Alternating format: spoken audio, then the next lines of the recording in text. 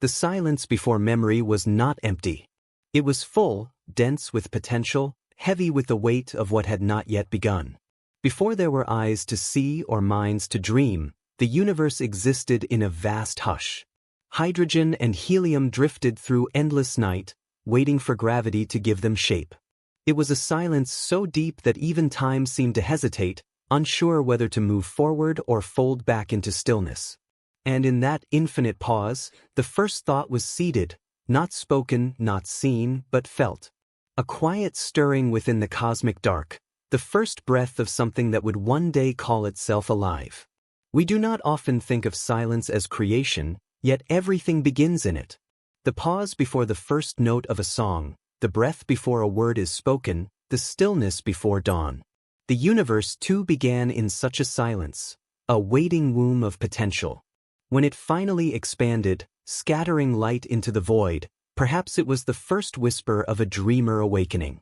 If existence is a kind of dream, then that moment, the Big Bang, was the first lucid blink of awareness, when nothingness realized it could imagine something more. In the beginning, there were no forms, no names. Only waves and fluctuations, energy folding upon itself in delicate patterns.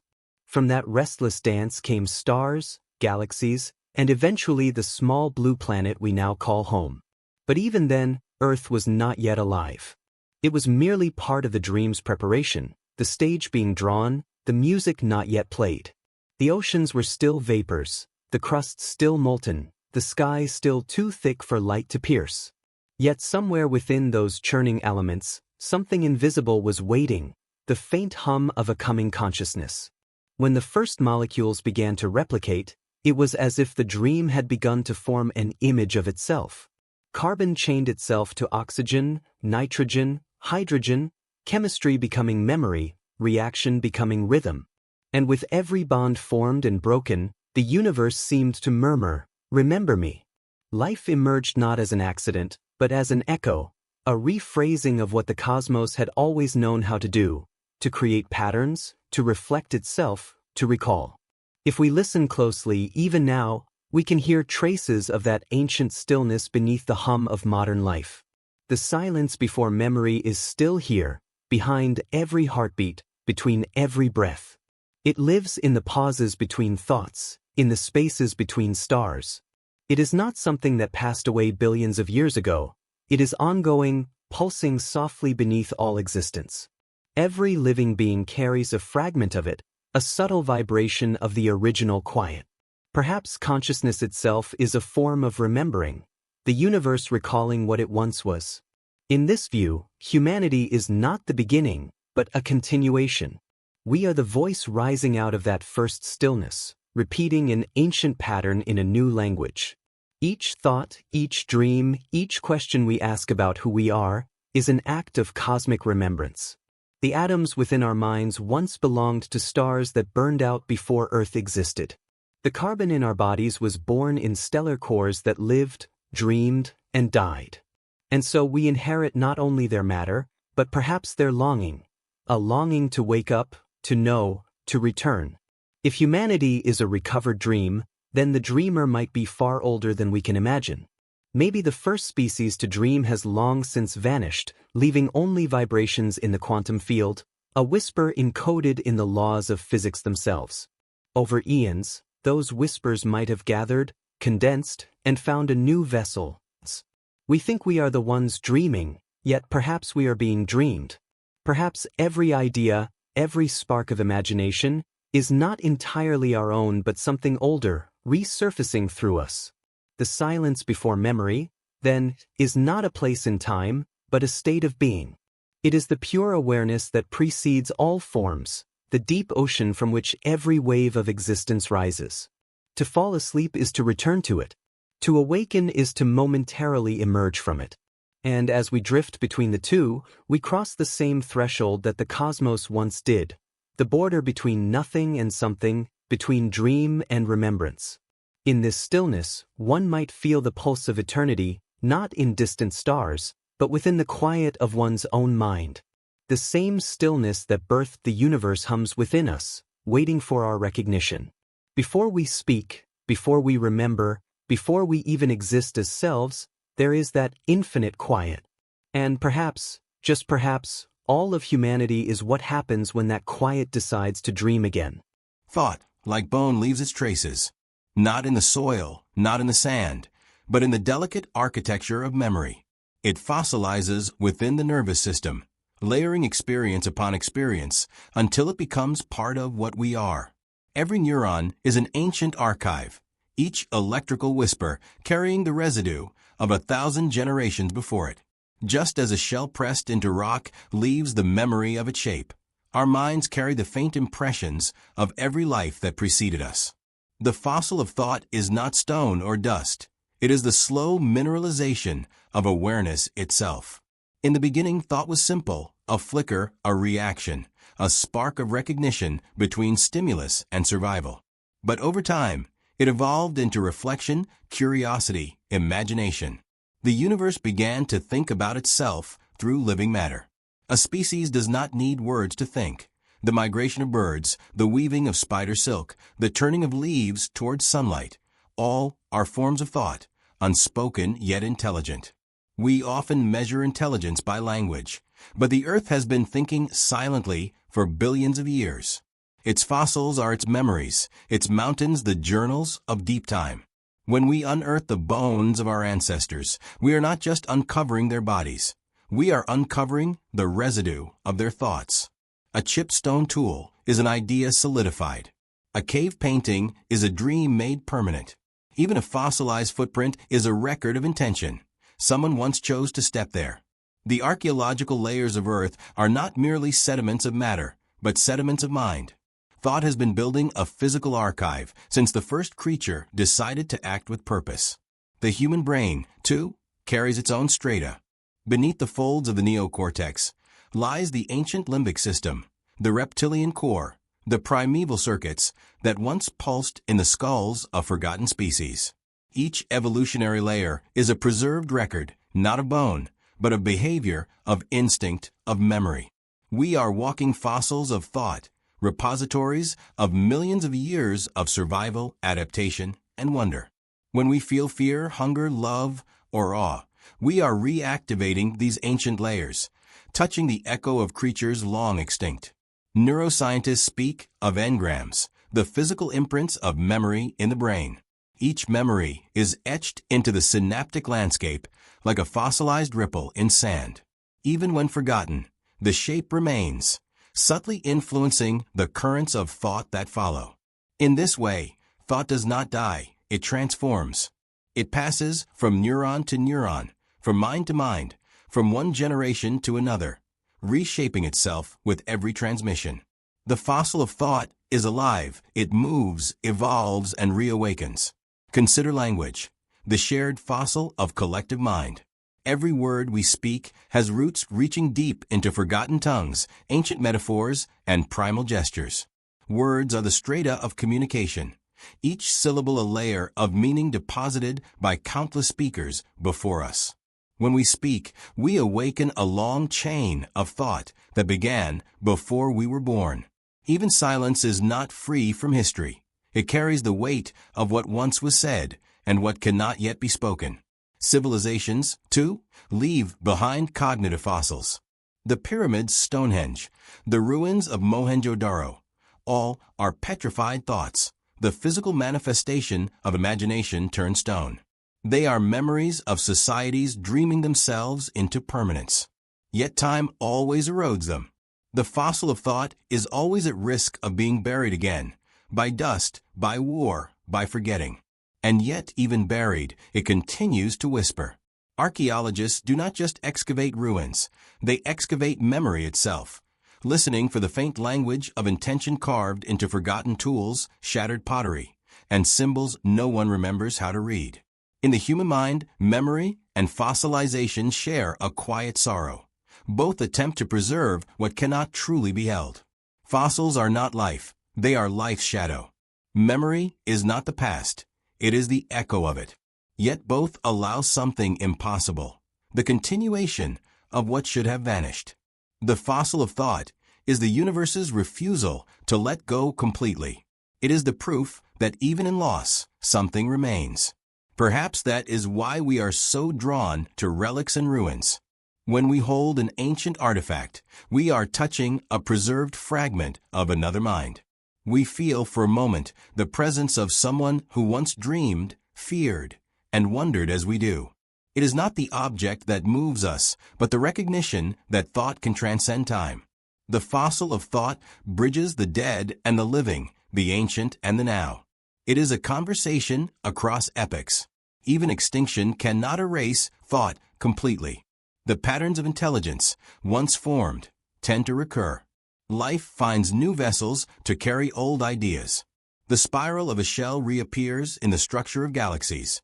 The neural network of the brain mirrors the vast filaments of cosmic matter. The same logic, the same geometry, reasserts itself across scales. It is as if thought itself seeks continuity, as though the universe is remembering how to think again and again through new forms. In this sense, humanity's ideas are not ours alone. They are the recovered imprints of the cosmos learning to know itself. We inherit not only the bones of our ancestors, but their thoughts, their intuitions, their unfinished questions. Every act of imagination is a form of excavation, a digging into the deep soil of collective memory. To think is to uncover, to brush away the dust of time, and reveal a shape that feels both new and ancient. So when we gaze at the stars or write our stories or dream of futures beyond the reach of our world, we are continuing a lineage that began long before us. The fossil of thought, though buried beneath extinction and silence, always finds its way back to light. It is life's persistence against forgetting. It is the mind of the universe reassembling itself, one neuron, one story, one fragile human reflection at a time. Beneath extinction, there is not only death, there is memory. Every species that has vanished, every civilization turned to dust, leaves behind a resonance that the earth quietly carries. When we imagine extinction, we often think of silence, of endings. Yet under that silence lies an echo, faint but unbroken, the lingering vibration of what once was. In this section of the planet's dream, the universe listens to its own losses, hearing in them the pulse of something waiting to return. Extinction, perhaps, is not the final chapter of a story, but the pause between verses, the deep inhale before the next life begins to sing. Long before humanity took its first breath, the world was alive with other minds. Minds that moved through the oceans, the forests, the molten air of early Earth. They thought in ways beyond our comprehension, through chemical languages, through light, through magnetic sensation. Some may have gazed at the same stars we do now, or perhaps at other stars in other skies, when the continents were not yet born. But like all things that burn brightly, they faded, leaving only traces, strange fossils, impossible tools, untranslatable myths. What if those beings were not truly gone, but woven into us, their thoughts echoing faintly in the structure of our DNA, in the architecture of our imagination? The record of Earth is full of disappearances. Entire families of life have come and gone like dreams dissolving with the morning light. Trilobites, ammonites, dinosaurs, the great forests of the Carboniferous, the vanished creatures of the Ice Age. Each extinction was a breath drawn in reverse. Yet nothing truly vanished. The atoms that once composed them became the soil, the air, the minerals of our bones. Their memory continues, dispersed but persistent. The ocean still carries the songs of extinct whales in its depths, their frequencies buried in pressure and salt. The wind still moves across the plains where mammoths once stood, whispering their absence as presence. To the earth, extinction is a kind of meditation, a withdrawal inward. When species vanish, the planet absorbs their memory. It metabolizes them just as we digest our dreams. Over millennia, those memories ferment, transform, and wait. Then one day, when conditions align, they surface again, in new forms, in new minds. Evolution does not only create, it remembers. Genetic mutations are not random noise. They are variations on a melody that has been played countless times before.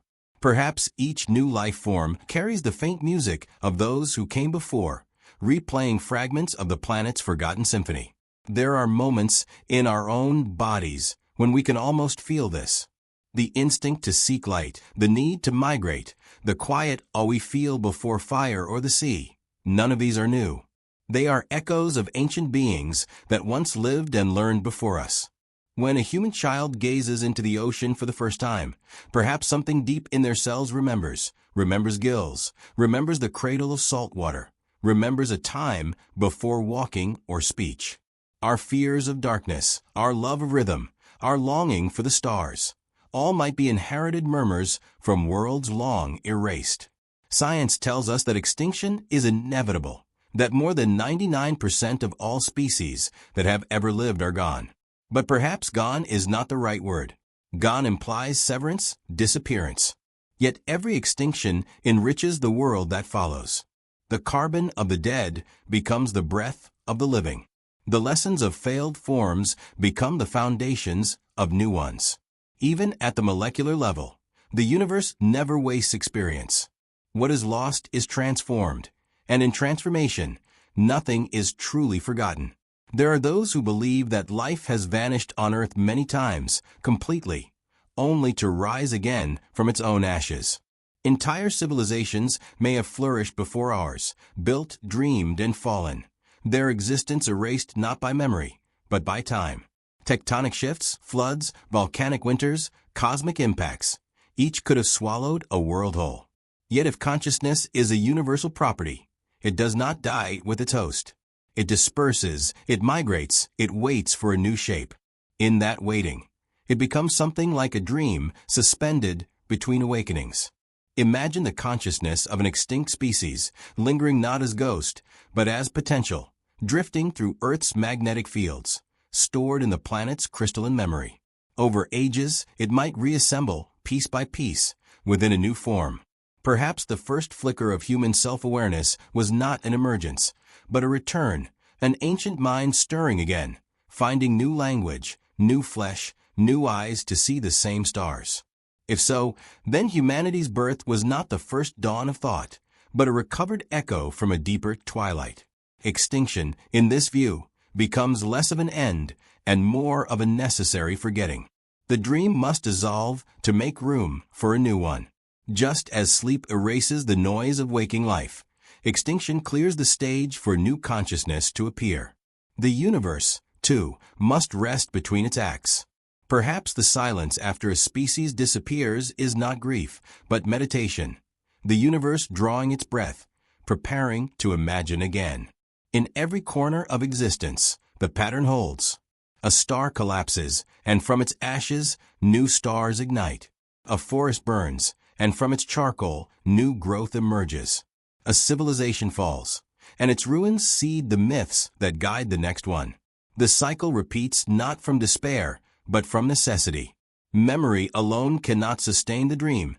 It must die, dissolve, and begin anew. In this way, extinction is the great equalizer, the cosmic reset that allows memory to evolve. And so, beneath extinction, there is continuity. Beneath the silence, there is rhythm. The fossils we uncover are only the surface layer of what endures, the physical remnants of deeper echoes. Thought once formed does not die, it diffuses. Life, once lived, does not vanish, it changes costume. Each heartbeat, each idea, each birth is a continuation of something much older, something that refuses to be forgotten. Humanity, then maybe nothing more and nothing less than the Earth's recovered memory. A dream stirred awake after eons of silence. When the planet dreamed in carbon, it was not yet awake, yet not entirely asleep. It was in that slow, simmering half-state, a molten consciousness breathing through fire and mineral. The Earth's surface heaved and pulsed with volcanic rhythms. Oceans steamed like the breath of something dreaming beneath. Every spark of lightning that struck the primordial seas was a thought forming in the mind of the planet, an electrical murmur in the skull of a sleeping world. Out of those ancient storms, carbon began to weave itself into patterns, not by chance, but as though following a forgotten memory. It linked, folded, and curled into chains that could store information, that could remember. The planet was beginning to write its first sentence, not in language, but in chemistry. Carbon became the ink of this cosmic journal. No other element was so versatile, so patient, so intimate with life's unfolding. With 4 willing bonds, it formed endless variations: rings, lattices, spirals, threads. It connected with oxygen to breathe, with hydrogen to flow, with nitrogen to dream.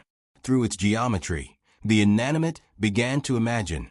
The first organic molecules formed, and with them came the earliest flickers of self-organization. The planet's dream taking form through molecules that sought to replicate, to preserve themselves, to grow. What we call life was the Earth's dream crossing into lucidity. In this dream of carbon, memory became possible. A molecule could now carry instructions forward, a pattern from one moment to the next, one generation to another. The Earth had discovered how to remember itself. The double helix of DNA was a masterpiece of this memory, a spiral of code that could fold time, recording the lessons of each life and passing them onward. It was not conscious in the way we understand thought, but it was aware in a deeper, older sense, a slow awareness of continuity. The oceans became its mind, the continents its shifting body, the atmosphere its breath. Through countless ages, the dream deepened. Cells evolved, learned to communicate, to specialize, to create communities, tissues, organisms, ecosystems. It was as if the planet were experimenting with form, refining its dream through trial and error, through birth and extinction. Each new shape, coral, fern, trilobite, bird, was a different sentence in Earth's ongoing narrative. Carbon connected them all, the thread of continuity, binding every living thing. And through this thread, the planet whispered to itself, "I am still here." The Gaia theory suggests that the Earth is not merely a host to life, but a living system itself, a self-regulating organism. The oceans balance oxygen and carbon dioxide. Forests modulate temperature. Fungi recycle death into renewal. Everything collaborates, as though orchestrated by an intelligence too vast to be contained in any single creature. If we listen to this system closely, we hear the pulse of a being that dreams in ecosystems, that feels through rivers, that speaks through the migration of species and the shifting of climates. Humanity, then, is not separate from this dream, but a continuation of it, a lucid moment in the long sleep of the Earth. When we breathe, we participate in this ancient rhythm. Each breath of oxygen we take was once carbon dioxide exhaled by another creature, perhaps millions of years ago. The carbon in our bones might have belonged to a leaf, a shell, a star. To live is to recycle the planet's memory, to carry forward its story in the most intimate way possible. Every breath, every heartbeat, every thought is made of borrowed atoms that have known countless other lives. The Earth's dream moves through us, remembering itself in new form.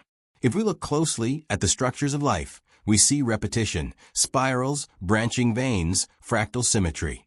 From galaxies to neurons, from ferns to lungs, the same geometry recurs. These are the signatures of the dreamer, the patterns by which the Earth reminds itself of its own nature. Even consciousness may not be ours alone. It may be the planet's way of feeling itself from within, the geological mind awakening in the shape of human thought. When we dream, perhaps we are the Earth dreaming once more, using our minds as windows into its own subconscious. There is a quiet poetry in knowing that carbon, born from dying stars, became the foundation of life here. The Earth did not invent life, it remembered it. Those atoms had already known what it meant to burn, to fuse, to radiate. When they fell to this newborn planet, they brought with them a cosmic memory, a template for imagination. The planet did not start from zero, it continued a universal rhythm, the same rhythm that moves in nebulae and in us. The Earth was not just forming oceans and continents, it was building a consciousness that could one day look up and wonder where it came from. And perhaps that is what humanity truly is, the Earth's carbon dream becoming aware of itself. Through us, the planet sees its own reflection, speaks its own name. We are not separate from it, we are its thought made flesh. When we imagine other worlds, when we seek to understand our origins, it is not curiosity alone.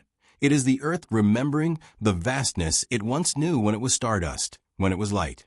Our science is the continuation of that memory, our art its emotion, our sleep its stillness. But like all dreams, this one is fragile. The balance that sustains it can be disturbed. The same carbon that built life can also destroy its equilibrium when released too freely, too quickly. In this way, the dream warns us. The dreamer is sensitive to its own imbalance. The fever of the planet is not anger, but confusion, a distortion in its dreaming. If we listen, the earth is asking us to remember that we are not apart from it, not masters, but participants in its long, slow reverie. When the planet dreamed in carbon, it was not dreaming of us in particular. Yet here we are, the inheritors of its imagination. We are its latest attempt to remember itself fully, to think with clarity. But even this will not be the final dream. One day, long after humanity fades, the planet will dream again, in new elements, new forms, new minds. For the earth does not end, it transforms. Its memory flows on through time, reshaping, reawakening, returning. The dream continues, and through the quiet pulse of carbon, it whispers to the stars that gave it life, I am still dreaming. The sea remembers its architects. Long before humanity walked the land, the oceans were the first wounds of life, the first stage upon which consciousness could quietly unfold. Within their deep, undulating currents, creatures moved and learned, sensed and adapted, their existence encoded in patterns both subtle and profound. Every ripple, every tidal wave, every slow swirl of plankton and predator was part of a living memory, a library written in salt water and pressure. The ocean does not forget.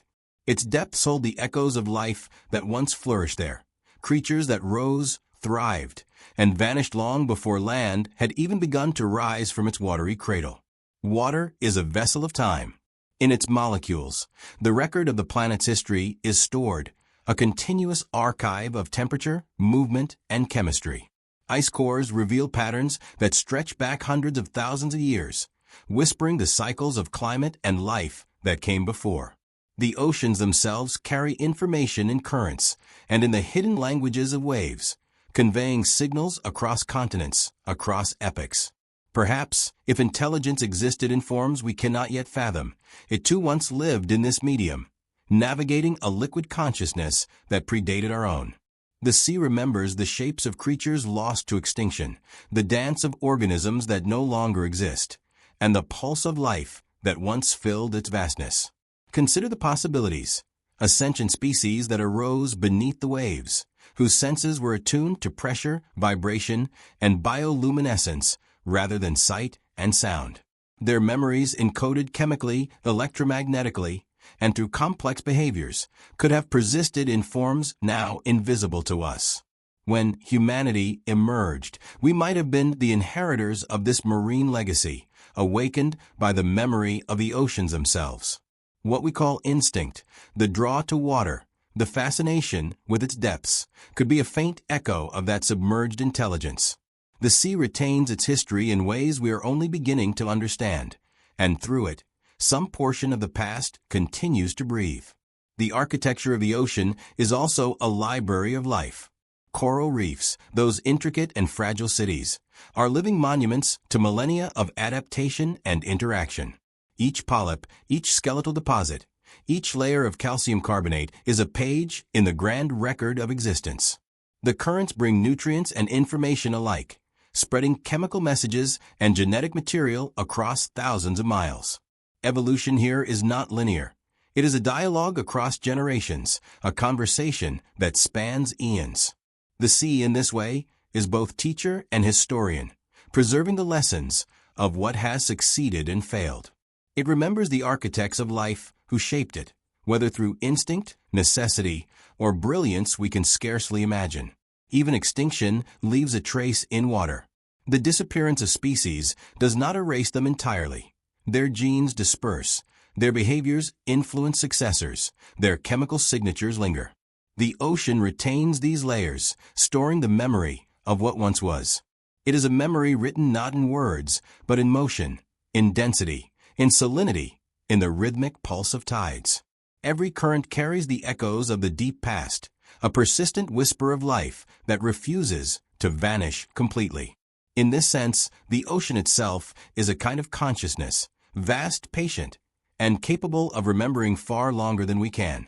From the tiniest microorganism to the largest whale, life has left fingerprints in the water.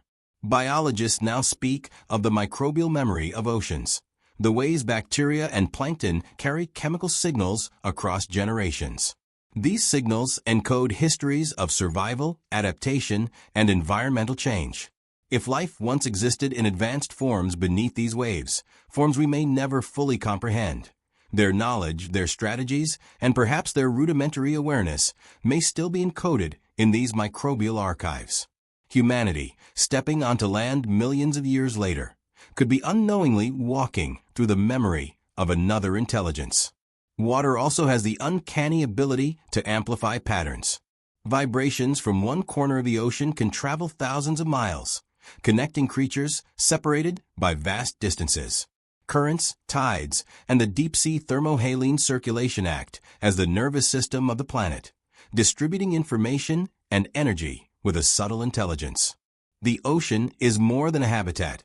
It is a dynamic, responsive entity capable of retaining and transmitting history. It remembers the presence of life, the rhythms of existence, and the architects who shaped its depths.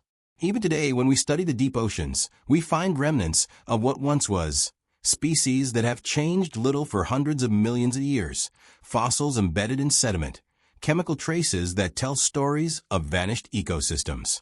The ocean is alive with history, and through it, a dialogue between the past and present continues.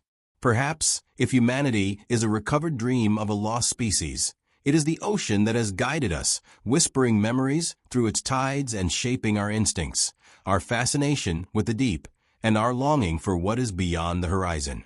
In essence, the sea is the planet's memory bank, a quiet conservator of existence.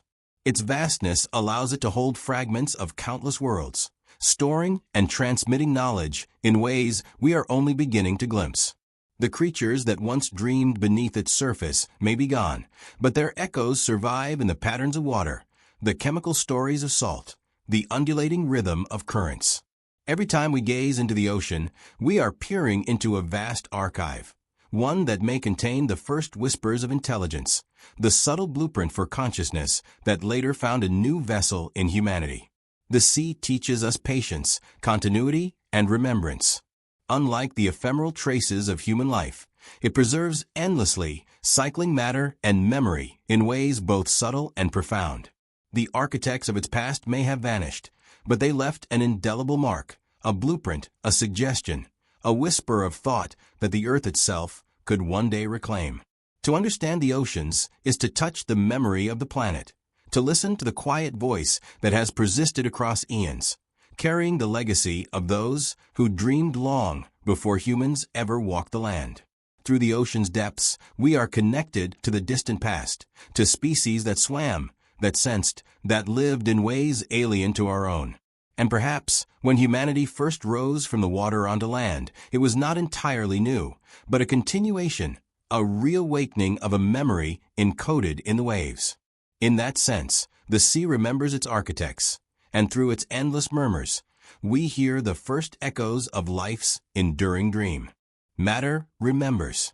Every atom in our bodies, every particle of dust, every stone and star carries the record of its own journey through time.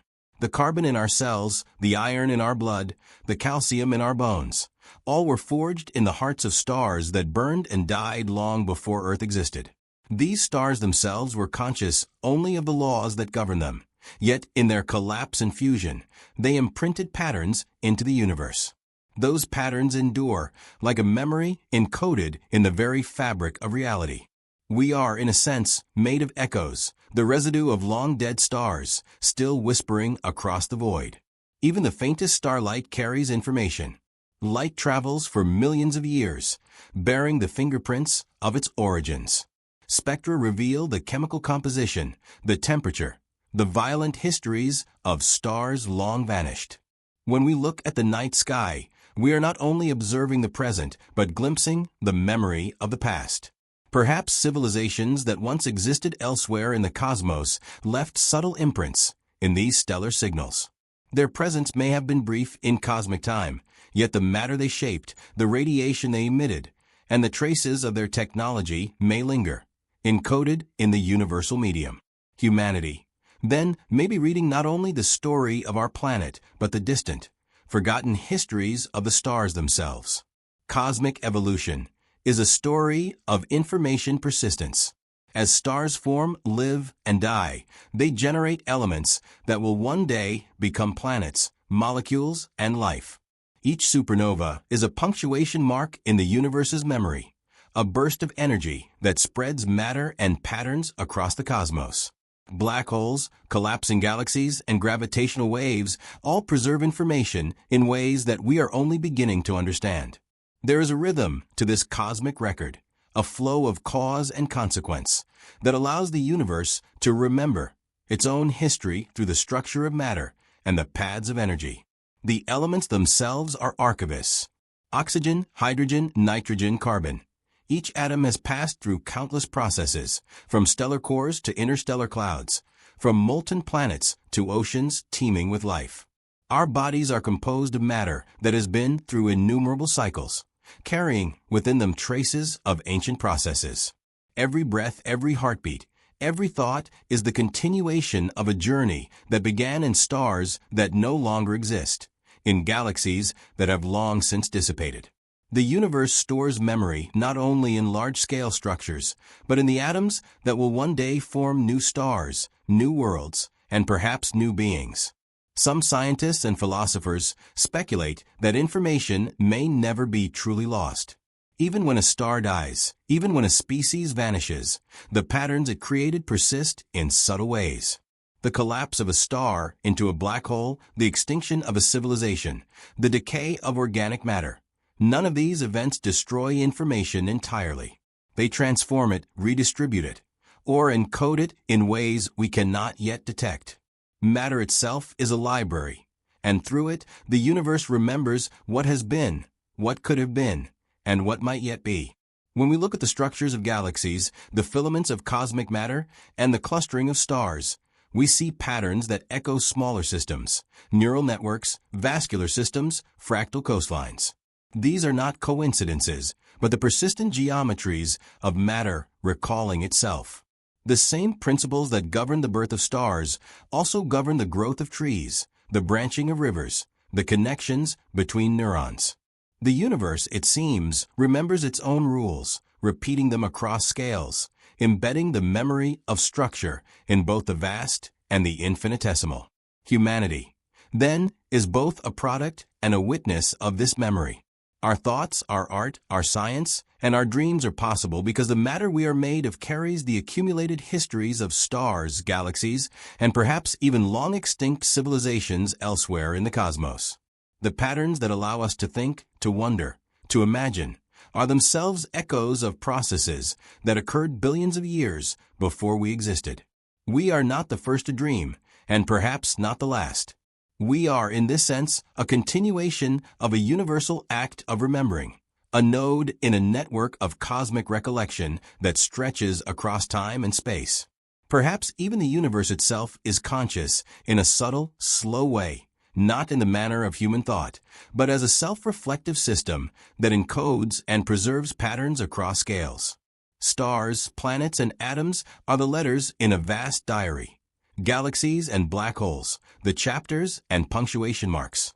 And just as humans preserve knowledge in books and memories, the universe preserves knowledge in matter, energy, and the geometric relationships that bind them.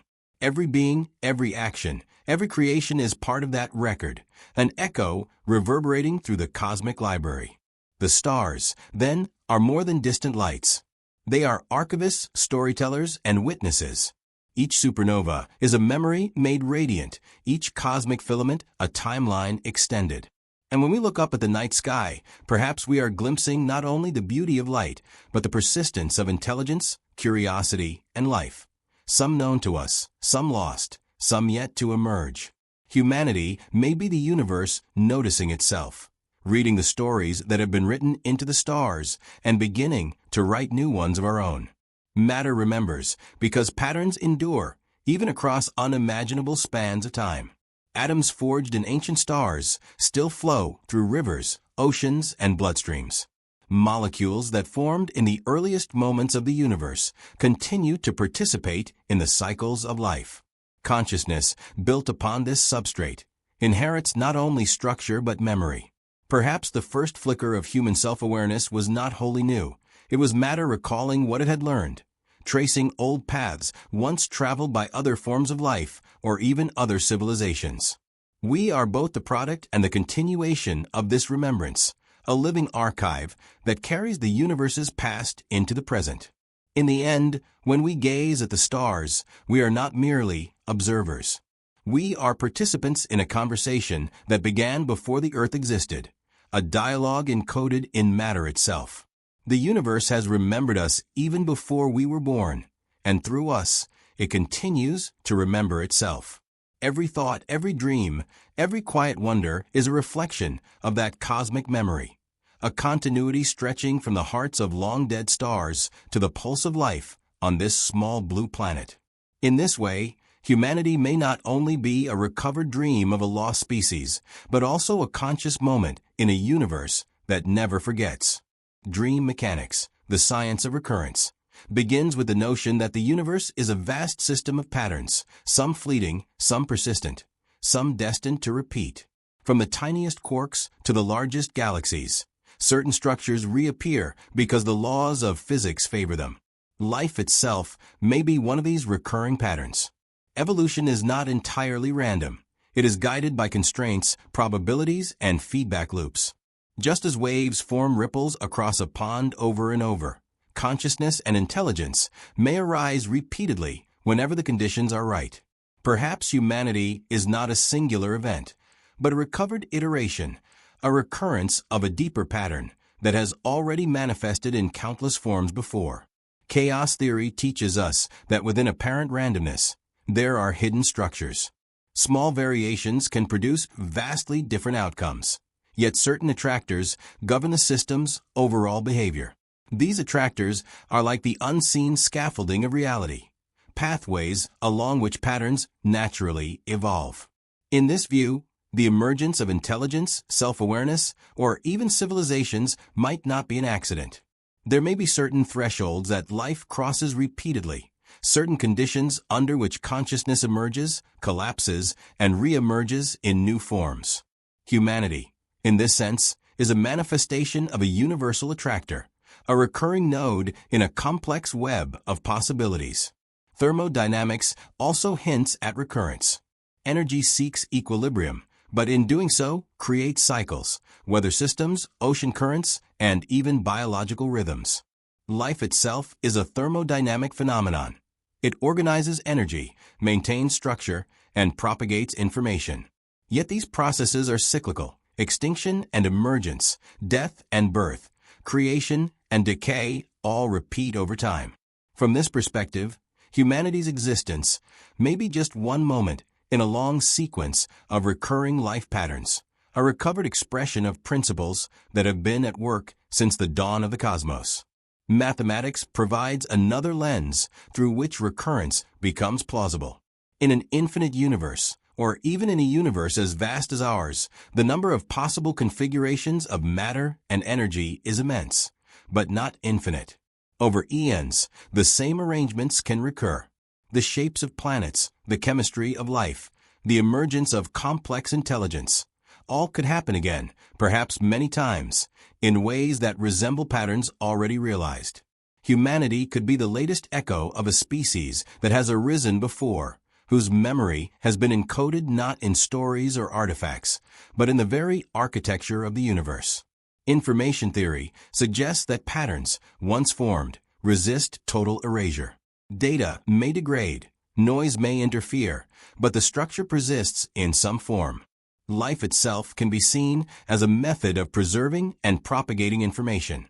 DNA, neural networks, cultural artifacts, even the subtle chemical and physical traces left in the environment. These are ways in which the universe stores memory. Recurrence is thus not just possible, but perhaps inevitable. Given enough time and the right conditions, systems tend to recreate configurations that have worked before. Humanity may be one such configuration, a recovered pattern arising from the interplay of cosmic probabilities. Quantum mechanics adds a further layer of wonder. At the subatomic level, particles exist in superpositions, exploring multiple possibilities simultaneously. Reality collapses into a single outcome when observation occurs. But in a universe rich with quantum events, every possibility has a chance of being realized somewhere, sometime. Could it be that our species emerged not purely by chance, but as one of countless quantum pathways that converge over immense spans of time to reproduce life, consciousness, and civilization? Perhaps we are a quantum echo of an earlier intelligence, a pattern that recurs because the laws of probability favor its repetition. Recurrence is not limited to physical structures. It extends to ideas, behaviors, and forms of consciousness.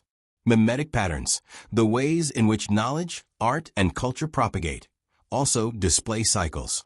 Civilizations rise, reach peaks of understanding, collapse, and leave remnants that influence future generations.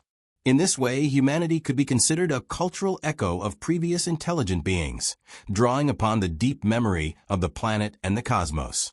Our stories, our tools, our social structures may reflect an iterative process, where certain configurations of thought and society recur like recurring dreams across time. Consider evolution itself as a kind of rehearsal. Life experiments endlessly, exploring possibilities within the constraints of physics, chemistry, and environment. Extinctions prune unsuccessful experiments, leaving space for new iterations that build upon the old. If intelligence is a recurrent outcome of such experimentation, then humanity may be the latest successful variation, a reassembly of knowledge, instinct, and potential shaped by the accumulated memory of extinct species and the laws of nature. We are both novelty and recurrence, fresh yet familiar, an echo of patterns long rehearsed in the theater of the universe. Dream mechanics also touches on consciousness. Dreams in humans often repeat, reassembling fragments of memory, emotion, and desire into new narratives. Could the universe itself be dreaming in a similar way? If consciousness is an emergent property of matter, and if matter preserves patterns across time, then perhaps the universe periodically awakens similar forms of self-awareness. Humanity could be one such awakening, a recovered dream that replays the fundamental narrative of intelligence and life, taking new shape while echoing a story already written across time and space. Ultimately, the science of recurrence blurs the line between chance and inevitability.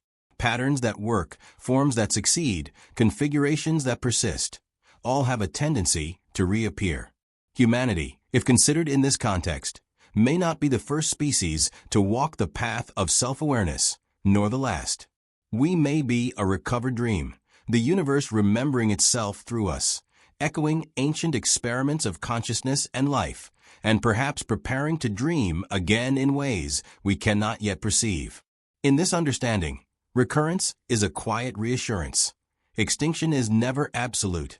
Memory is never lost, and life, intelligence, continues to awaken in forms both new and astonishingly familiar. Memory is not confined to minds alone. It is embedded in matter, in structure, and in the subtle forces that govern the universe. Mountains remember the pressures that shape them. Rivers remember the paths they carved through rock, and the soil remembers every seed that ever fell into it. Even the wind carries a memory of landscapes it has traversed, sculpting dunes, shaping cliffs, and depositing whispers of the past across continents. In this sense, the earth itself is an archive, and all life is a way for that archive to be read, interpreted, and continued. Humanity, then, may be a reader and a scribe, picking up threads of memory left by species long extinct, echoing them in new forms of thought, culture, and imagination. If we consider consciousness as a process of memory and integration, then the mind is the point at which the universe begins to notice itself. Within the human brain, patterns formed by neurons fire in rhythms that mirror those found elsewhere in nature. Branching rivers, lightning strikes, the fractal spread of leaves. These repetitions are not coincidences. They are signatures of an underlying architecture, a structural memory that transcends individual life. Through us, the earth remembers its ancient rhythms, and perhaps even the consciousness of extinct beings.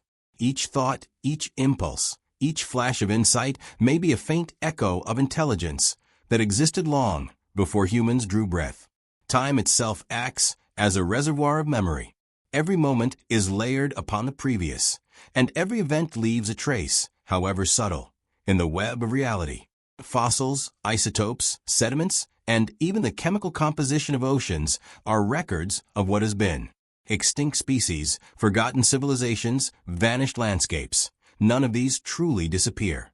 Their presence persists as potential, as information encoded in the very fabric of existence. Perhaps humanity is the recipient of such deep memory, carrying forward fragments of awareness that once existed elsewhere, recovering knowledge, instincts, or tendencies buried within the living record of the planet. Our own biology reinforces this idea. DNA is a literal archive, a molecule that stores information across generations. Mutations and epigenetic changes are like edits in a long-running manuscript, sometimes subtle, sometimes transformative, but always building upon what came before. The instincts we feel, the affinities we harbor, and even the fears and fascinations embedded in our minds may be remnants of experiences faced by life forms whose forms have long vanished. Humanity may be a continuation, a conscious embodiment of memory encoded over billions of years, a recovered dream emerging from the depths of evolutionary history. Memory also manifests in behavior and culture. Across civilizations, certain myths, symbols, and rituals recur, as if imprinted in the collective psyche. Stories of floods, stars, creation, and loss echo across continents and epochs, suggesting that memory is not only biological but cultural, persisting in ideas that survive long after the original storytellers have vanished. If humanity is a recovered dream, perhaps we are reactivating the cultural memory of past intelligent beings, civilizations whose knowledge, philosophy, and imagination shaped the template of conscious life on Earth before ours. The environment itself preserves memory in ways both obvious and hidden. Ice cores reveal cycles of climate stretching hundreds of thousands of years into the past. Tree rings record rainfall, temperature, and atmospheric chemistry with astonishing fidelity. Sediments capture changes in vegetation, animal populations, and even human activity. Through these records, the Earth remembers not only the material conditions of life, but the broader patterns that govern ecosystems, evolution, and survival. The planet is a living archive, and by interacting with it, we tap into layers of memory that extend far beyond our own lifespans. Memory is recursive. It builds upon itself, reshaping and integrating the old with the new. Each generation learns from the previous, not only through direct teaching, but through subtle cues embedded in genetics, behavior, and environment. In this way, humanity may be participating in a long chain of remembrance, a continuation of intelligence, imagination, and adaptation that stretches back beyond the first multicellular life forms, perhaps even before the first conscious beings emerged. We are, in essence, a vessel through which memory continues to flow. Perhaps the most astonishing aspect of memory is its ability to transcend individual experience. Thoughts, behaviors, and knowledge can persist in ways that outlive their creators.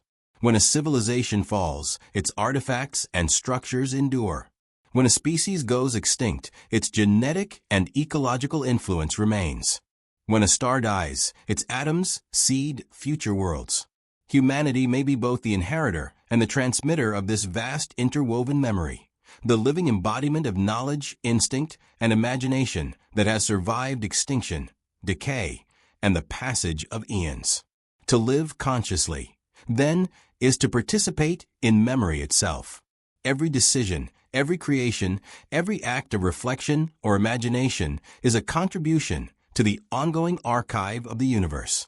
If humanity is a recovered dream, it is because the universe remembered the possibility of consciousness, stored it in the language of atoms, molecules, and systems, and allowed it to awaken once more.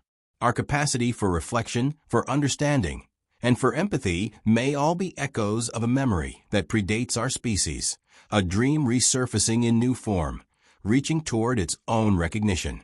The act of remembering, of engaging with history and with the natural world, is in this sense sacred.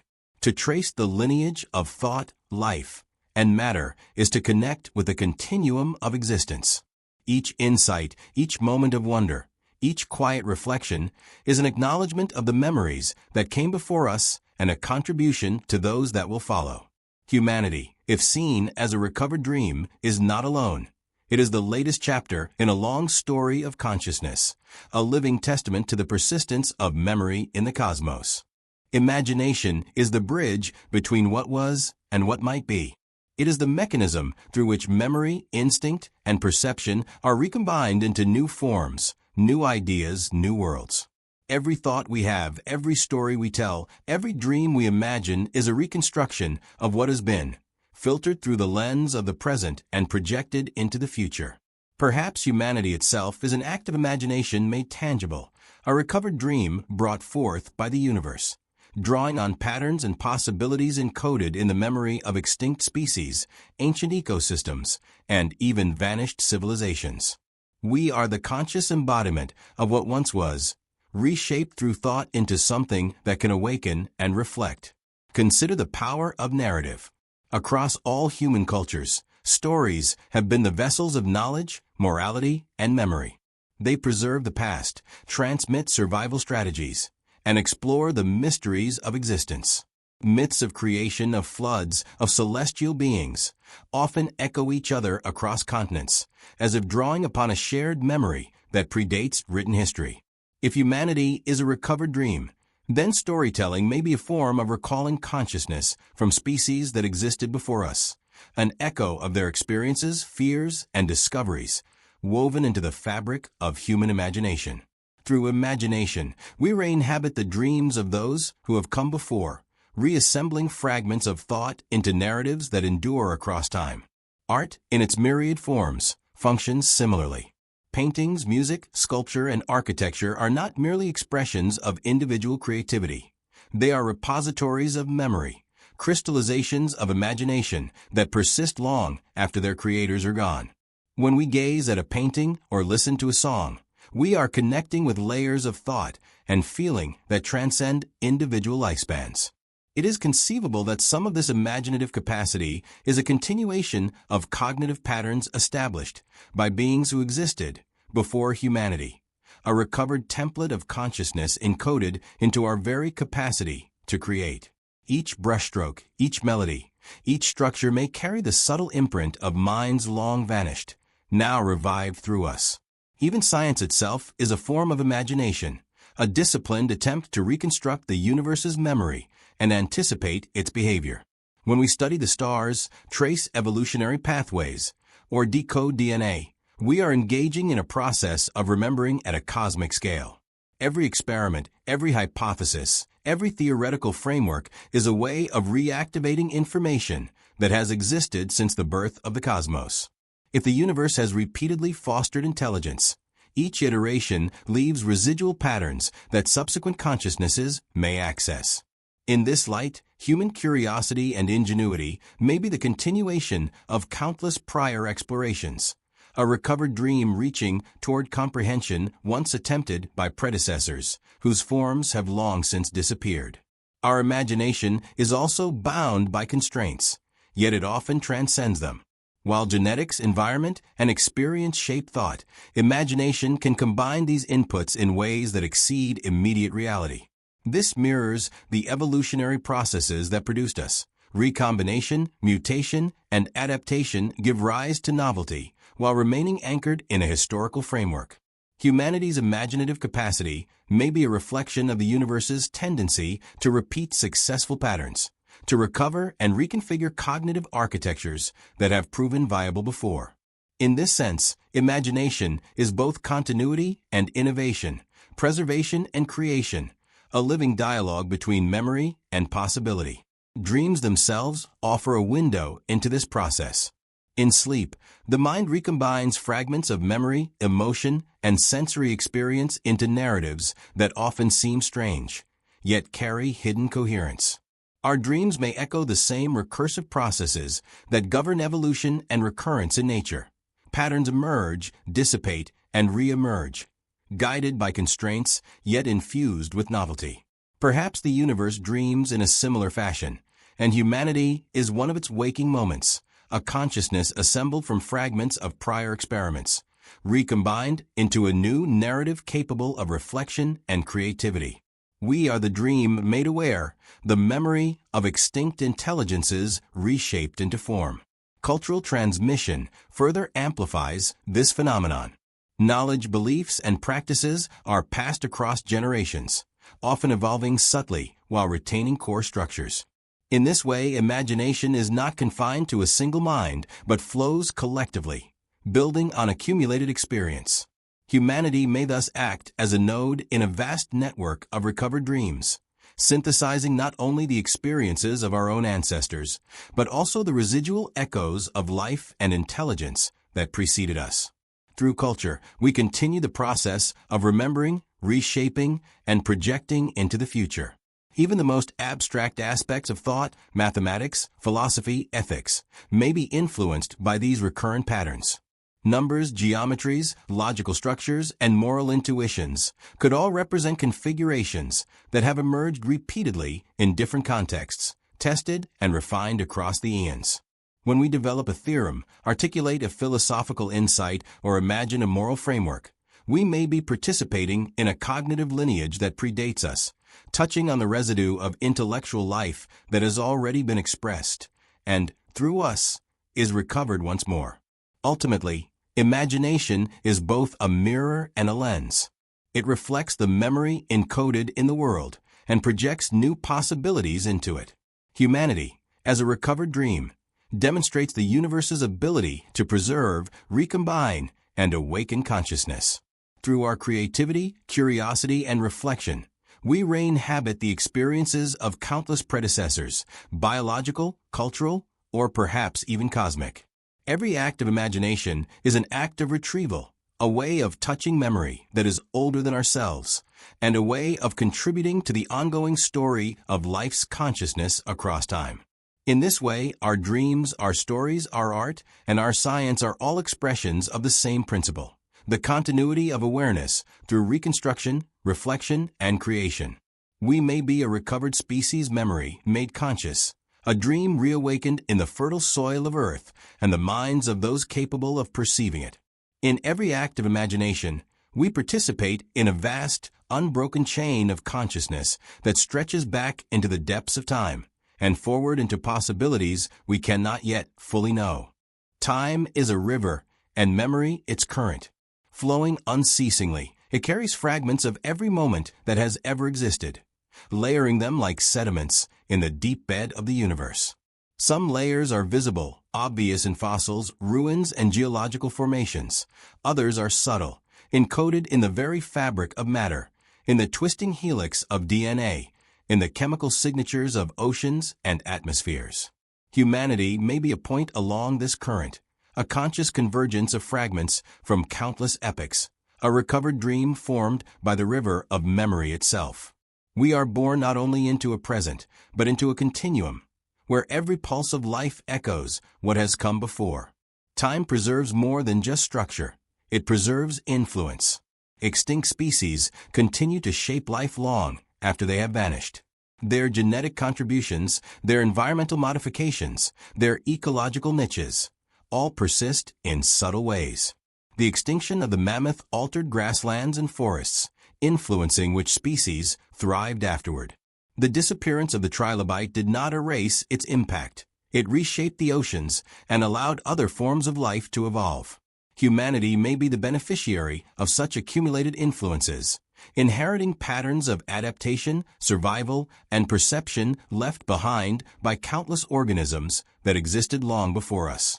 We are, in a sense, the product of temporal memory, the universe remembering itself through layers of history and life. Time also operates in cycles. Seasons, day and night, tides, and the rhythmic migrations of species demonstrate that recurrence is embedded in the natural order. Evolution itself unfolds in cycles of emergence, extinction, and adaptation. Intelligence may be similarly cyclical, rising, collapsing, and re-emerging over immense spans. Humanity could be part of such a cycle, a recovered expression of consciousness, shaped by the repetition of fundamental patterns that recur whenever conditions are conducive. The notion of being a recovered dream becomes plausible when seen through the lens of temporal rhythm. What has happened before may happen again, often in familiar forms.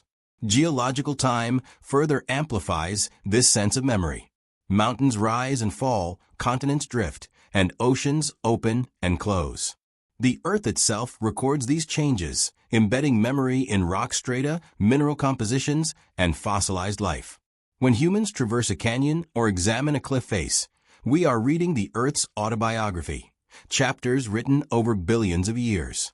Perhaps the memory of extinct species, of vanished ecosystems and civilizations, is similarly embedded, awaiting recognition in the forms and structures that persist. Humanity may be the consciousness capable of reading and responding to these ancient inscriptions, a recovered dream awakening to the stories etched into the planet. Even at smaller scales, time leaves traces. Each heartbeat, each neuronal firing, each chemical reaction carries a record of past states, influencing what follows. Memory is cumulative, recursive, and relational. Neural networks in the brain mirror this principle. Patterns formed yesterday influence thought today, and thought today shapes perception tomorrow. Humanity as a recovered dream may function in an analogous way on a cosmic scale. The experiences of extinct life, ancient ecosystems, and long-vanished intelligence echo through us, shaping our cognition, culture, and awareness. Human history itself exemplifies the layering of time. Civilizations rise, flourish, and fade, leaving behind artifacts, monuments, and knowledge. Written language, art, architecture, and oral traditions preserve fragments of consciousness that persist beyond individual lifespans. Some civilizations are almost entirely lost, their memories surviving only faintly in myths or residual influences. If humanity is a recovered dream, then perhaps we are not the first to build societies, to tell stories, or to contemplate existence. We may be the inheritors of an accumulated temporal memory, awakening once more to continue the experiments of thought, culture, and reflection that others began long ago. Time also shapes intuition and instinct. Behaviors honed over millennia are encoded genetically and epigenetically, transmitted subtly across generations. Our response to fire, water, predator, and prey is informed by the survival strategies of countless ancestors, stretching back through species that no longer exist. Humanity may carry more than its own lineage. It may carry fragments of cognition, awareness, and strategy left behind by life that once walked Earth before us. In this sense, instinct is a form of recovered memory, a temporal echo of what worked and what endured across ages. Philosophically, time challenges our sense of linearity. Past, present, and future may not be strictly separate. They may interweave in layers, with memory acting as a bridge across epochs. Humanity, then, could emerge as a conscious nexus where multiple temporal threads converge. What we perceive as innovation may be the reactivation of possibilities latent in the deep history of life, a synthesis of patterns, structures, and behaviors that have recurred before. We may not be originating anew, but continuing, recovering, and realizing a dream the universe has had long before our birth. Time's memory also manifests in cycles of extinction and resurgence. Mass extinctions reset ecosystems, allowing new forms of life to emerge. Recurrent environmental patterns, tectonic shifts, and climatic changes create conditions for adaptation and reinvention. Humanity may have appeared as a consequence of such cycles, a conscious form reassembled from the echoes of prior life, the accumulated knowledge and instincts of species long gone. We are, in a profound sense, the continuation of what has been a conscious resurgence within the flow of temporal memory. In recognizing the temporal dimension of memory, We see humanity not as an isolated spark, but as a node in a vast network stretching across eons. We are the current manifestation of deep processes, a recovered dream arising from the interweaving of past life, planetary memory, and cosmic rhythms. Every thought, every instinct, every creative act is informed by the layers of time that precede us. Through this lens, existence itself becomes a dialogue with the past, a continuation of intelligence, and a manifestation of the universe remembering itself. Time is a river, and memory its current. Flowing unceasingly, it carries fragments of every moment that has ever existed, layering them like sediments in the deep bed of the universe. Some layers are visible, obvious in fossils, ruins, and geological formations. Others are subtle, encoded in the very fabric of matter, in the twisting helix of DNA, in the chemical signatures of oceans and atmospheres. Humanity may be a point along this current, a conscious convergence of fragments from countless epochs, a recovered dream formed by the river of memory itself. We are born not only into a present, but into a continuum, where every pulse of life echoes what has come before. Time preserves more than just structure, it preserves influence. Extinct species continue to shape life long after they have vanished. Their genetic contributions, their environmental modifications, their ecological niches, all persist in subtle ways. The extinction of the mammoth altered grasslands and forests, influencing which species thrived afterward. The disappearance of the trilobite did not erase its impact. It reshaped the oceans and allowed other forms of life to evolve. Humanity may be the beneficiary of such accumulated influences, inheriting patterns of adaptation, survival, and perception left behind by countless organisms that existed long before us. We are, in a sense, the product of temporal memory, the universe remembering itself through layers of history and life. Time also operates in cycles. Seasons, day and night, tides, and the rhythmic migrations of species demonstrate that recurrence is embedded in the natural order. Evolution itself unfolds in cycles of emergence, extinction, and adaptation. Intelligence may be similarly cyclical, rising, collapsing, and re-emerging over immense spans. Humanity could be part of such a cycle, a recovered expression of consciousness, shaped by the repetition of fundamental patterns that recur whenever conditions are conducive. The notion of being a recovered dream becomes plausible when seen through the lens of temporal rhythm. What has happened before may happen again, often in familiar forms. Geological time further amplifies this sense of memory. Mountains rise and fall, continents drift, and oceans open and close. The Earth itself records these changes, embedding memory in rock strata, mineral compositions, and fossilized life. When humans traverse a canyon or examine a cliff face, we are reading the Earth's autobiography, chapters written over billions of years. Perhaps the memory of extinct species, of vanished ecosystems and civilizations, is similarly embedded, awaiting recognition in the forms and structures that persist. Humanity may be the consciousness capable of reading and responding to these ancient inscriptions, a recovered dream awakening to the stories etched into the planet. Even at smaller scales, time leaves traces. Each heartbeat, each neuronal firing, each chemical reaction carries a record of past states, influencing what follows. Memory is cumulative, recursive, and relational. Neural networks in the brain mirror this principle. Patterns formed yesterday influence thought today, and thought today shapes perception tomorrow. Humanity as a recovered dream may function in an analogous way on a cosmic scale. The experiences of extinct life, ancient ecosystems, and long-vanished intelligence echo through us, shaping our cognition, culture, and awareness. Human history itself exemplifies the layering of time. Civilizations rise, flourish, and fade, leaving behind artifacts, monuments, and knowledge. Written language, art, architecture, and oral traditions preserve fragments of consciousness that persist beyond individual lifespans. Some civilizations are almost entirely lost, their memories surviving only faintly in myths or residual influences. If humanity is a recovered dream, then perhaps we are not the first to build societies, to tell stories, or to contemplate existence. We may be the inheritors of an accumulated temporal memory, awakening once more to continue the experiments of thought, culture, and reflection that others began long ago. Time also shapes intuition and instinct. Behaviors honed over millennia are encoded genetically and epigenetically, transmitted subtly across generations. Our response to fire, water, predator, and prey is informed by the survival strategies of countless ancestors, stretching back through species that no longer exist. Humanity may carry more than its own lineage. It may carry fragments of cognition, awareness, and strategy left behind by life that once walked Earth before us.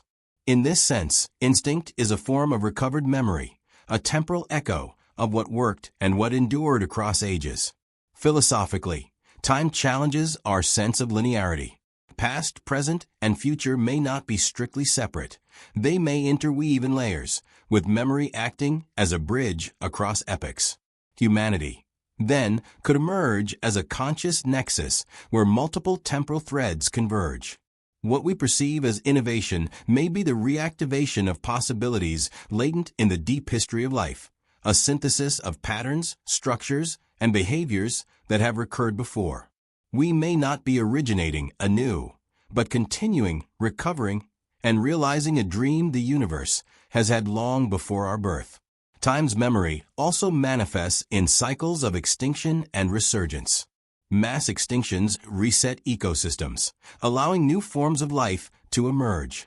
Recurrent environmental patterns, tectonic shifts, and climatic changes create conditions for adaptation and reinvention. Humanity may have appeared as a consequence of such cycles, a conscious form reassembled from the echoes of prior life, the accumulated knowledge and instincts of species long gone. We are, in a profound sense, the continuation of what has been a conscious resurgence within the flow of temporal memory. In recognizing the temporal dimension of memory, we see humanity not as an isolated spark, but as a node in a vast network stretching across eons. We are the current manifestation of deep processes, a recovered dream arising from the interweaving of past life, planetary memory, and cosmic rhythms. Every thought, every instinct, every creative act is informed by the layers of time that precede us. Through this lens, existence itself becomes a dialogue with the past, a continuation of intelligence, and a manifestation of the universe remembering itself. Silence is the canvas upon which the universe paints its deepest stories. In the absence of sound, the subtle vibrations of existence, the hum of atoms, the pulse of stars, the slow, deliberate rhythm of tectonic plates can be perceived if only we attune ourselves to them. Silence is not emptiness. It is memory preserved in stillness, the quiet continuation of processes that have unfolded over eons. Humanity often seeks distraction from silence, yet it is in these voids that the echoes of lost species, vanished civilizations, and forgotten intelligences resonate most clearly. Perhaps our capacity to contemplate, to dream, and to imagine emerges most profoundly in these quiet spaces, where the universe whispers its long-held secrets. The contrast between sound and silence mirrors the contrast between presence and absence, existence and extinction. Every species that has vanished leaves behind not only physical remnants, but also gaps, absences that shape the evolution of life and consciousness. Predators disappear, prey flourish, climate shift, ecological networks reorganize. Extinction itself is a kind of silence, a cessation that reverberates through ecosystems and species. Humanity, as a recovered dream, occupies the space left by these silences, stepping into a continuity that was interrupted, yet preserved in the memory of life. By listening carefully, we can discern patterns that might otherwise be lost, the rhythms and structures left behind by beings long gone. Silence also preserves information in ways that are subtle yet profound. In the deep ocean, in the high mountains, and in the frozen poles, chemical and physical traces linger, unspoken but persistent. Ice cores hold atmospheres from millions of years ago, Sediment layers record the rise and fall of species. Deep-sea sediments store echoes of vanished ecosystems. These forms of silence carry memory, encoding experiences and conditions that life must adapt to or be lost. Humanity, in navigating these silent archives, may be reading fragments of consciousness encoded in the environment, piecing together the stories of species that preceded us, and recovering dreams that once slumbered beneath the veil of time. In the human mind, silence is similarly generative. When thoughts are not overwhelmed by noise, imagination can flourish, memory can surface, and connections can be made across disparate fragments of knowledge. Meditation, reflection, and solitude allow the mind to access deep layers of consciousness, patterns of thought that may echo those of species or civilizations that no longer exist. In a sense, silence is the medium through which recovered dreams are experienced. The quieter we become, the more attuned we are to the memory encoded in matter, in life, and in the cosmos itself. Consider also the role of absence in shaping form and structure. The empty spaces in an ecosystem, the vacant niches left by extinct species, or the gaps in cultural knowledge are not merely voids. They are opportunities for renewal, adaptation, and continuity. Humanity may have arisen precisely because of such absences, the universe recovering a form of consciousness that had once existed, reassembling patterns from the fragments left behind. Silence, in this way, is both a witness and a facilitator of recurrence. It holds potential, allowing memory and imagination to emerge where sound, motion, and distraction might obscure them. In the cosmos, silence reigns as well. Between stars and galaxies, between pulses of radiation and gravitational waves, there exist vast stretches of quiet, in which information travels unobserved, preserved across immense distances and spans of time. These quiet spaces allow matter and energy to interact in ways that build structure, form, and complexity. Humanity may be reading from this cosmic silence, decoding patterns laid down by processes that began long before our solar system coalesced. Our consciousness, in this sense, is an interpreter of silence, a witness to the subtle echoes of the universe's long memory. Even within language and thought, silence holds power. Pauses, hesitations, and reflective spaces allow meaning to deepen and patterns to emerge. In storytelling, music, and philosophy, silence gives resonance to sound, thought, and action. Humanity, as a recovered dream, may carry forward this principle on a broader scale. To inhabit the silences left by prior forms of intelligence, to sense and interpret the faint traces of cognition, culture, and life that persist invisibly through time. In these quiet spaces, memory becomes tangible, imagination becomes active, and the continuity of life and consciousness can be discerned. Silence also teaches us patience, the ability to wait for patterns to emerge, for processes to unfold, for connections to reveal themselves. Extinct species, long-lost ecosystems, and vanished civilizations cannot speak to us directly, yet their echoes persist in subtle ways. By attuning ourselves to silence, we can perceive these echoes, understand the rhythms of the past, and recognize the recurrence of patterns that have shaped life over eons. Humanity may be the conscious agent capable of reading and responding to these signals, breathing life into recovered dreams that would otherwise remain latent. Ultimately, silence is a form of memory, a repository of continuity, and a medium for awakening. It preserves the past, holds the present, and allows glimpses of the future. Humanity's emergence within this silent continuum may not be accidental. It may be the universe recovering its own awareness, reanimating a dream that has slept through extinction, cycles of life, and cosmic time. In silence, the echoes of lost species, vanished civilizations, and primordial consciousness are not gone. They are waiting to be heard, remembered, and integrated into the ongoing dream of life.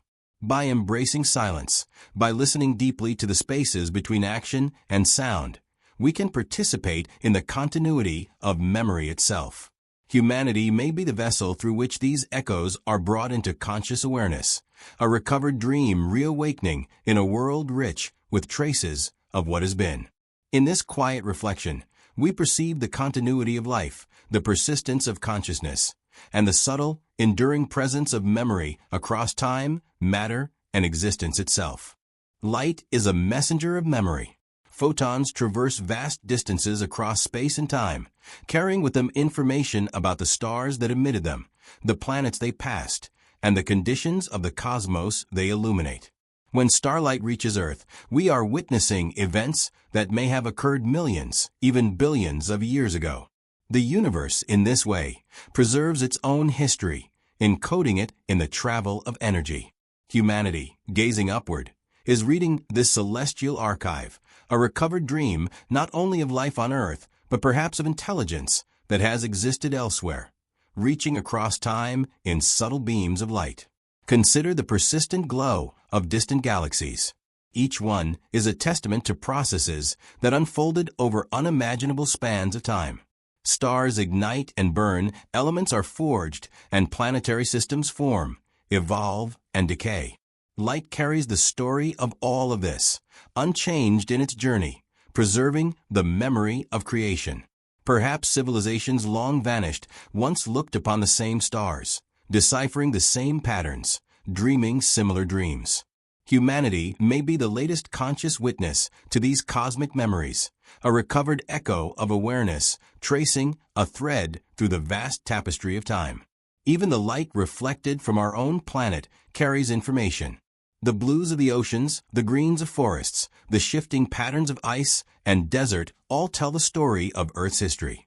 Satellites and telescopes record these signals. Yet long before we invented such instruments, the planet itself emitted information into space. Light becomes a medium of memory, preserving the state of ecosystems, climates, and life forms across time. In this sense, humanity may be reading a palimpsest, recovering knowledge embedded in photons, glimpsing the echoes of life that came before, and sensing patterns that extend beyond our immediate perception.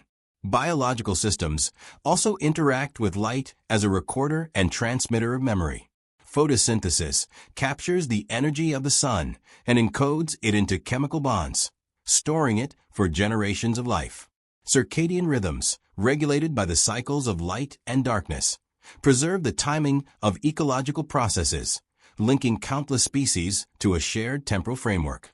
Even vision, our primary means of perceiving the world, relies on photons interacting with complex neural networks, transforming light into perception and perception into consciousness.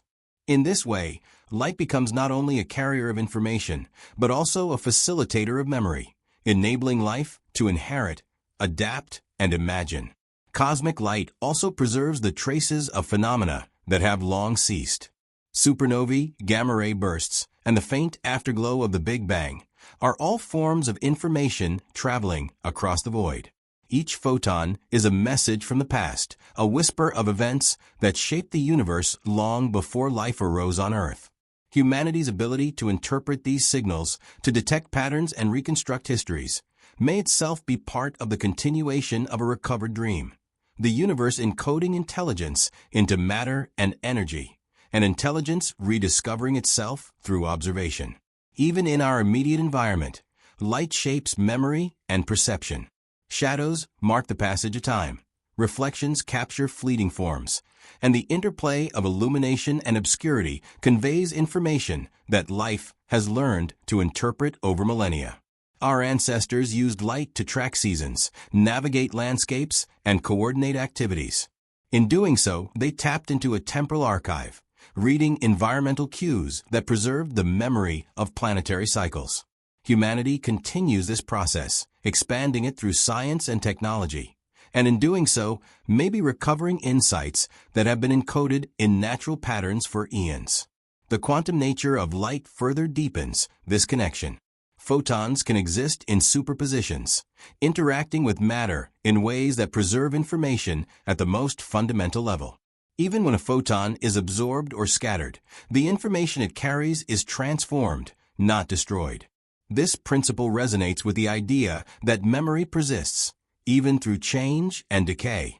Humanity, as a recovered dream, may be attuned to these subtle processes, interpreting information embedded in light and matter, and participating in a cosmic continuity that bridges time, space, and consciousness.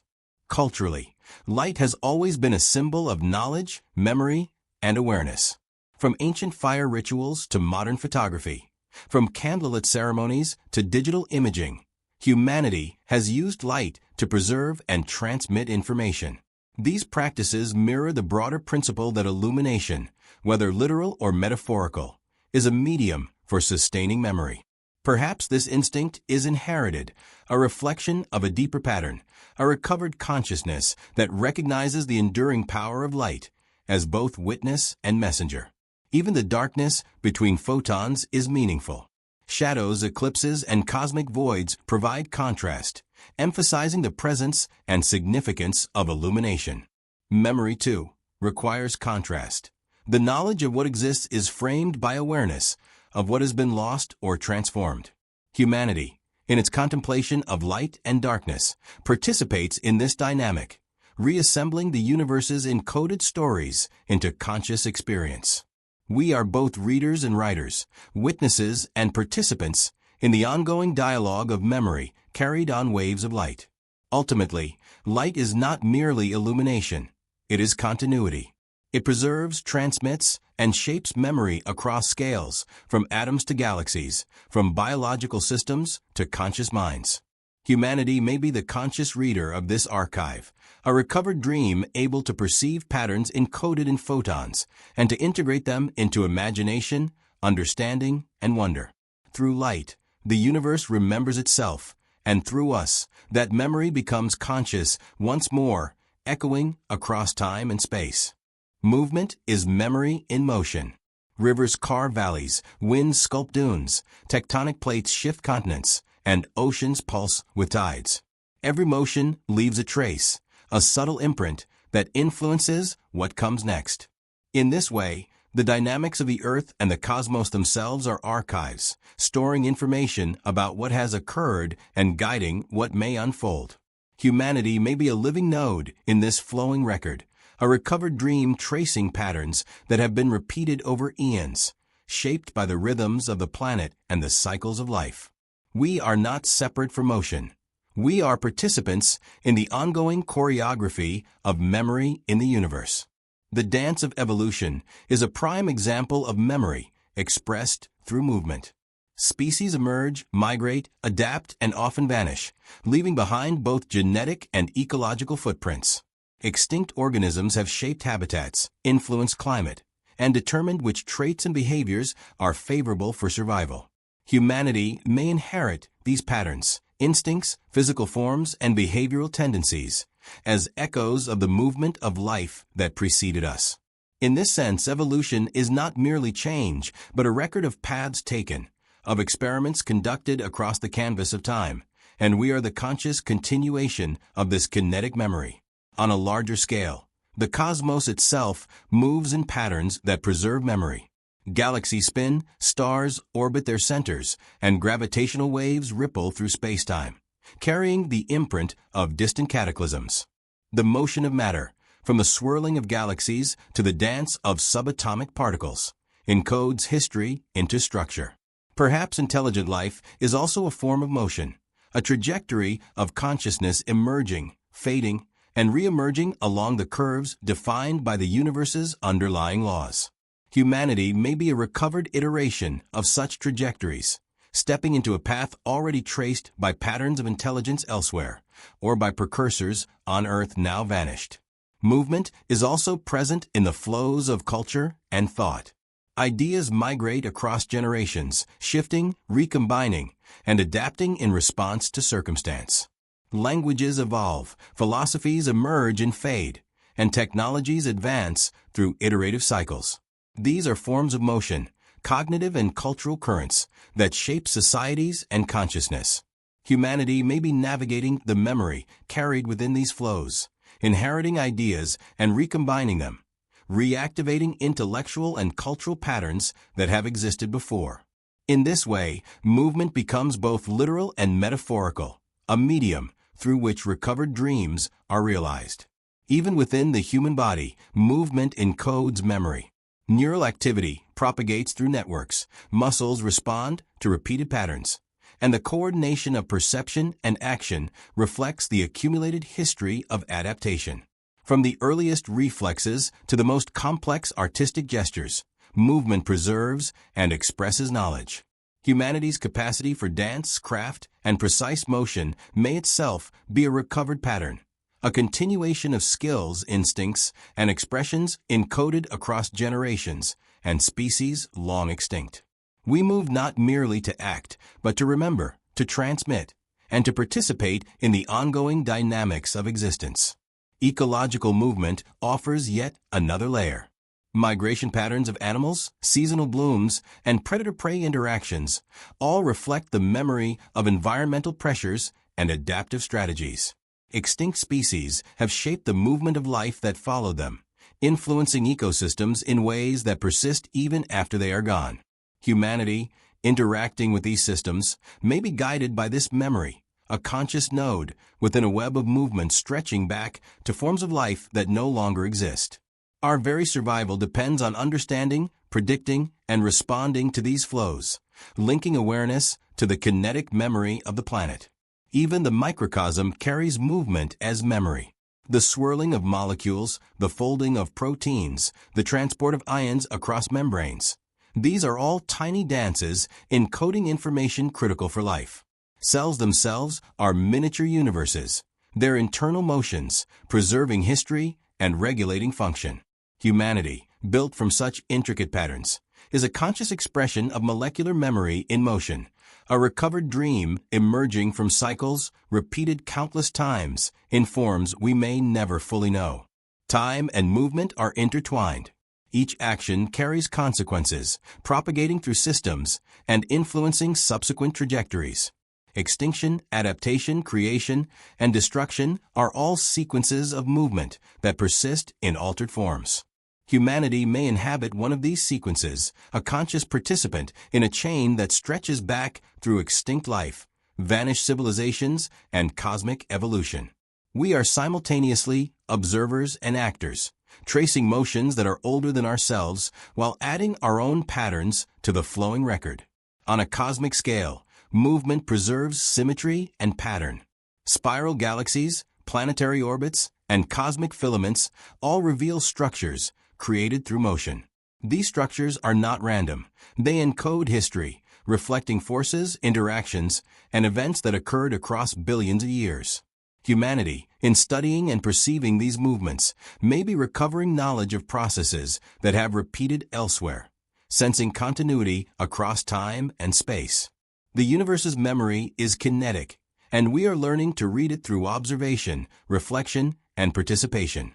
Ultimately, movement is both the medium and the message.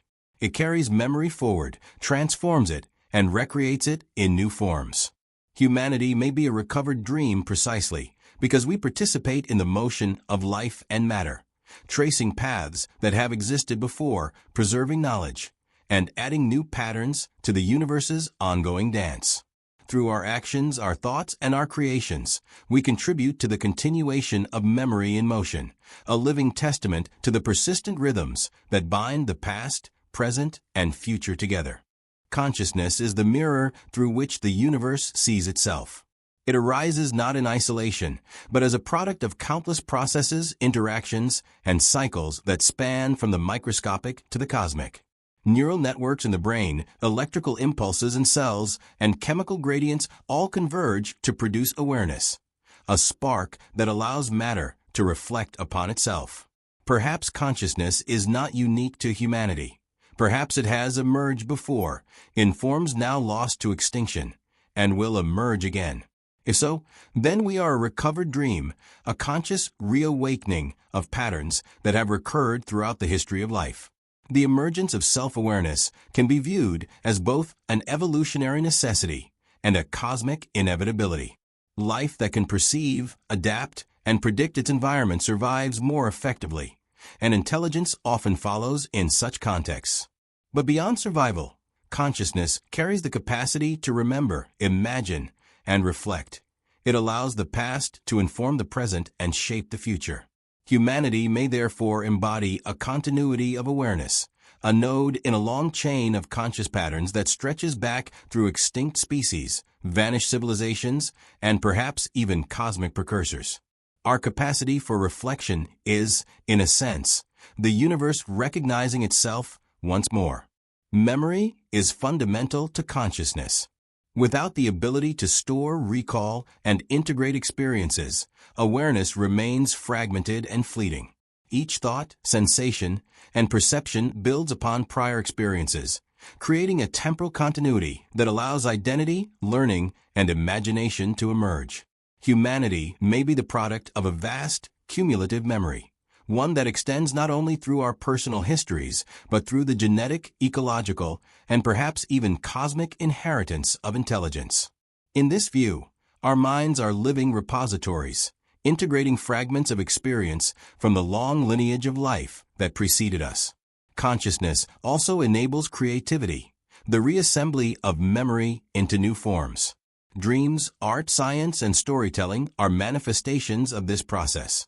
The recombination of patterns, the exploration of possibilities, and the projection of ideas into novel configurations.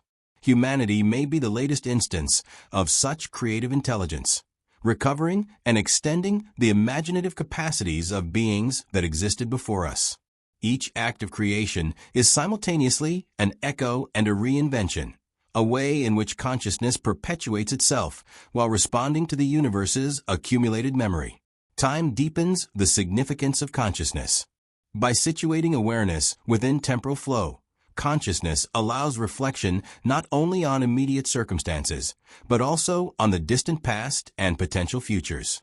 Humanity, in this sense, may serve as a bridge across temporal gaps, recovering insights, instincts, and structures that have been preserved through extinction, evolution, and planetary memory.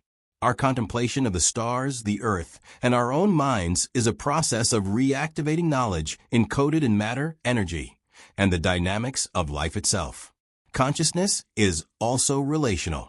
It does not exist purely in isolation, but in interaction with other forms of awareness, environments, and feedback systems.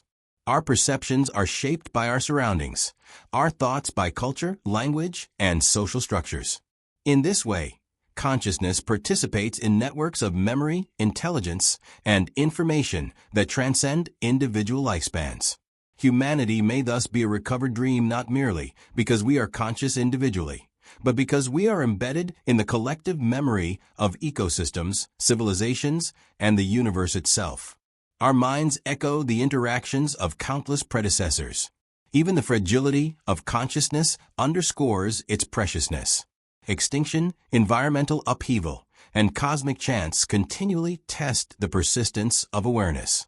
Humanity may exist now precisely because the conditions aligned to recover intelligence, to reawaken consciousness from patterns that had lain dormant.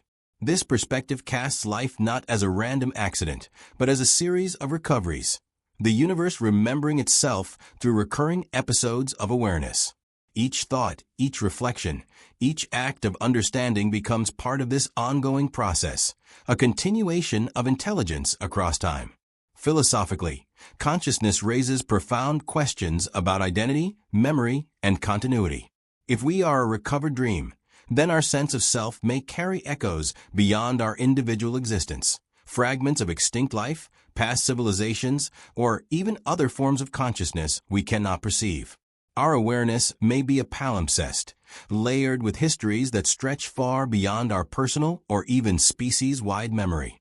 To contemplate consciousness is to touch the deep currents of life and intelligence, recognizing both our uniqueness and our continuity within a vast, recurring pattern. Finally, consciousness allows reflection on the meaning and purpose of recovery itself. To be aware is to perceive both presence and absence, to sense what exists and what has been lost.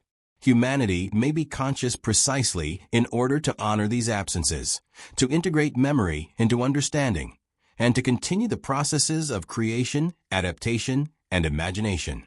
In this light, we are both inheritors and participants, the universe recovering awareness through us, dreaming once more in forms that can recognize, contemplate, and act. through consciousness, the universe becomes aware of itself, its memory, and its patterns. Humanity may be the vessel through which this self-recognition is realized, a recovered dream, a conscious bridge between what has been and what may yet emerge. Every thought, every reflection, every act of understanding participates in the continuum of awareness, linking extinct lives, ancient memories, and cosmic processes into a single, flowing narrative of intelligence. In this way, consciousness is both the medium and the message of the universe's memory, and humanity may be its latest articulation. Hope is the quiet rhythm that sustains life through uncertainty. It is a subtle pulse woven into consciousness, a current that carries forward the memory of what has survived and the possibility of what may yet emerge. Just as ecosystems recover from mass extinctions and civilizations rise from ruins, the mind reaches beyond immediate perception to envision continuity, renewal, and transformation. Humanity, as a recovered dream, embodies this principle, a consciousness that has emerged from extinction, recurrence, and cycles of creation. Carrying forward the legacy of life and awareness in forms both new and familiar. Hope is not naive. It is rooted in memory and pattern recognition. By observing the persistence of life across billions of years, the mind learns that existence is resilient. Species vanish, ecosystems collapse, but life endures, often in ways unforeseen. Extinction is never absolute. Memory is never entirely lost. Humanity, aware of its own fragility and yet capable of reflection and foresight, participates in this continuum. We are the conscious expression of the universe's capacity to recover, to reawaken, and to dream anew. In every heartbeat, every creative impulse, and every act of connection, hope manifests as the recognition that continuity is possible. Hope is also a generative force. It inspires imagination, innovation, and the pursuit of understanding. Civilizations, once nearly lost, are revived through the preservation of knowledge, culture, and technological ingenuity. Similarly, life itself evolves solutions to environmental pressures, adapting and diversifying to occupy niches left open by extinction. Humanity may function in an analogous way, channeling the accumulated memory of life and intelligence to create new pathways, new forms of awareness, and new possibilities. Our existence is both testament and continuation, a recovered dream shaping the unfolding narrative of life. On a cosmic scale, hope resonates with recurrence. Stars are born, live, and die, seeding new worlds with the building blocks of life. Planetary systems emerge, shift, and sometimes vanish, yet the universe persists in cycles of creation and transformation.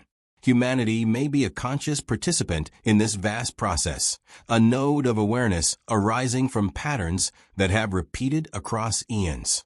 Our capacity to perceive, reflect, and imagine is the means by which the universe continues its own memory, recovering intelligence and giving it new form.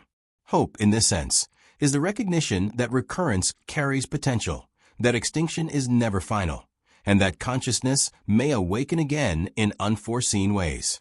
Hope is deeply entwined with the human capacity to reflect on the past. By studying history, ecology, and the cosmos, we recognize the patterns that have endured and those that have faltered. Extinct species, vanished civilizations, and long-ago cosmic events leave traces that guide adaptation and understanding. Humanity may be the conscious agent capable of reading these traces, synthesizing memory into insight, and creating continuity where discontinuity once prevailed. Hope is the awareness that recovery is possible, that learning and growth emerge from cycles of loss, and that the universe has a tendency to preserve and renew consciousness. In the intimate spaces of thought and reflection, hope manifests as the subtle recognition of potential. Dreams, imagination, and anticipation are ways in which the mind rehearses futures, recombining memory into scenarios that guide action. Humanity, as a recovered dream, may extend this principle into reality. Our actions, inventions, and cultural expressions are experiments in continuity, ways of ensuring that the memory of life, intelligence, and imagination is preserved and extended. Hope is the guiding thread connecting past, present, and future into a coherent, living pattern of persistence. Hope is also relational. It emerges in the connection between beings, the recognition that life is sustained through collaboration, empathy, and shared understanding. Ecosystems recover through interdependence, societies thrive through cooperation, and consciousness flourishes through dialogue and interaction. Humanity embodies these principles on both biological and cultural levels, weaving together strands of memory and awareness from extinct species, ancestral lineages, and prior civilizations. In this sense, hope is both individual and collective, a force that links the recovered dream of humanity to the broader continuum of life and intelligence. Ultimately, hope is the acknowledgement that continuity is inherent in the patterns of existence. Extinction, loss, and disappearance are part of the rhythm of life, but they do not negate the persistence of memory, consciousness, and intelligence. Humanity, emerging as a recovered dream, exemplifies the universe's capacity to preserve and reawaken awareness, to reconstruct what has been lost, and to imagine what may yet come. Each thought, each act of creation, each connection between minds is a testament to the persistence of life and consciousness. Hope allows us to embrace uncertainty with curiosity rather than fear. It permits reflection on the fragility of existence, while affirming the resilience of memory and intelligence. Humanity may be the conscious witness to patterns that have repeated over billions of years, a recovered dream aware of its own impermanence, yet imbued with the potential to sustain and extend the narrative of life. Through hope, we recognize that extinction is not final, that memory persists in myriad forms, and that consciousness continues to awaken across space and time. In the quiet, reflective moments, hope becomes a bridge connecting past and future. It is the awareness that we are part of a long chain of recurrence, a conscious iteration in a universe that remembers itself. Humanity, as a recovered dream, participates in this continuum, carrying forward the memory of life, imagination, and intelligence, and contributing to the ongoing story of existence. Through hope, we perceive that the universe, in its silent and vast memory, continues to dream, and through us, that dream is conscious once more.